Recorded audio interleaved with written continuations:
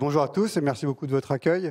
Donc on a pas mal parlé technologie, mais l'IA c'est aussi majoritairement pour augmenter l'efficacité et l'efficience dans les entreprises.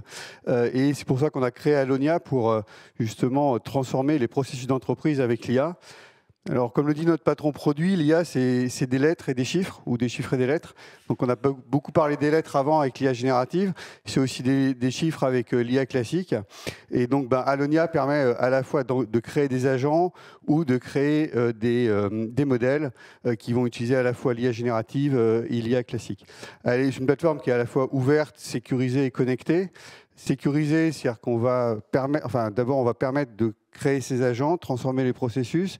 Ça va être sécurisé, c'est-à-dire qu'on héberge nous-mêmes directement des modèles. Donc, on va garantir que les modèles ne sortent, enfin, toutes les données, tous les échanges qui sont faits avec les modèles vont rester dans un environnement. C'est typiquement ce que Bertrand de Converso a annoncé tout à l'heure, où il peut utiliser un modèle qui est hébergé chez Outscale, donc un modèle de Mistral hébergé chez Outscale, fourni par Allonia en mode as a service, et qui va garantir l'intégrité de l'ensemble de la chaîne de valeur. Elle est également ouverte et connectée parce que, évidemment, quand on veut transformer les processus des entreprises, eh bien, il faut pouvoir se connecter au système. Donc, on est connecté à des bases Oracle, à des Snowflake, à des Databricks ou autres systèmes d'entreprise.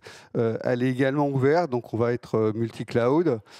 Et on parlait beaucoup de souveraineté, d'autonomie, de corporate sovereignty aussi, et de groupes qui peuvent être français ou internationaux. Et on va offrir aussi cette approche un peu seamless entre des hébergements cloud en Europe qui vont être très sécurisés et la possibilité de migrer en fait après ces workloads vers des environnements plus hyperscalers potentiellement parce que on a besoin d'une empreinte mondiale.